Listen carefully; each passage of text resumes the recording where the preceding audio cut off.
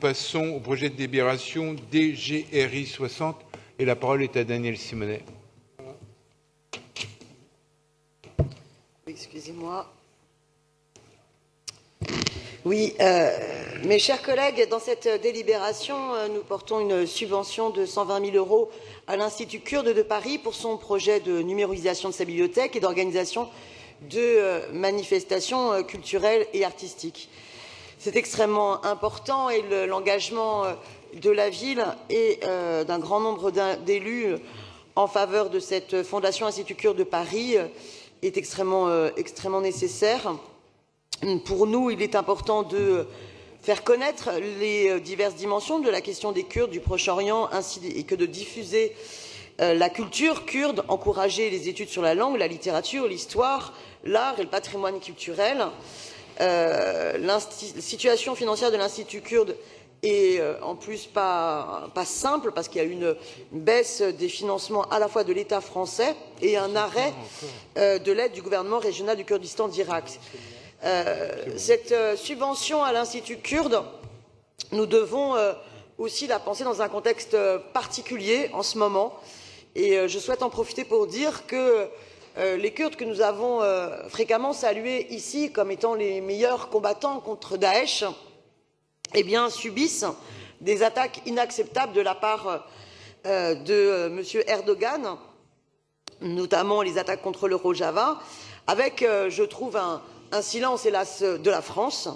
On est face à une dérive totalement fasciste de l'exercice du pouvoir par Erdogan, qui également, en Turquie, ne cesse d'emprisonner. Vous parliez des journalistes, nous avons déjà eu l'occasion d'en parler ici, mais aussi de dirigeants politiques. Je pense notamment à Demirtas, qui était candidat à la présidentielle pour le HDP. Mais sachez qu'en ce moment, une grève de la faim a été engagée pour demander par de nombreux Kurdes, notamment 10 000 prisonniers qui font la grève de la faim pour demander la libération d'Abdullah Öcalan en Turquie, qui est le dirigeant en prison depuis 1999 et qui est le Nelson Mandela du peuple kurde. Et il doit être vraiment considéré comme tel. Et depuis 2008 à 2015, depuis sa prison, il a initié les différents processus de paix entre la Turquie et le PKK et a mené directement des négociations avec le gouvernement turc, jusqu'à ce que le gouvernement turc mette unilatéralement totalement fin au processus pour au contraire lancer une guerre totale à l'encontre des Kurdes. Je souhaite qu'on ait une pensée pour Leyla Güven, députée qui est détenue en prison et qui est également en grève de la faim depuis 30 jours. Il faut savoir qu'en 2 jours, il y a eu 70 femmes qui ont été arrêtées du fait de leur grève de la faim. Et je vous invite également à passer à l'Institut kurde et à exprimer votre soutien à toutes celles et ceux qui subissent cette répression inacceptable, alors qu'au contraire, un vrai processus de paix serait de reconnaître l'expérience démocratique et pluraliste extraordinaire qui se fait au Rojava et de libérer les prisonniers kurdes pour enfin engager une vraie paix dans cette région-là. Je vous remercie.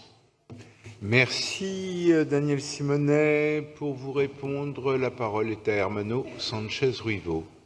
Merci Monsieur le maire. Chers collègues, je tiens à remercier Daniel Simonet pour avoir attiré l'attention du Conseil de Paris sur cette délibération. La Fondation Institut kurde de Paris, reconnue d'utilité publique et présidée par Kendal Nezan, a entre autres objet de sauvegarder et de diffuser la culture kurde.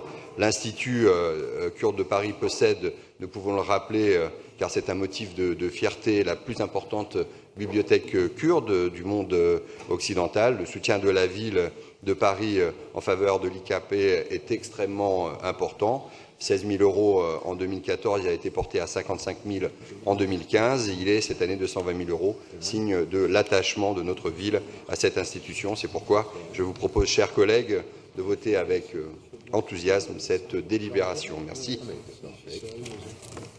Merci.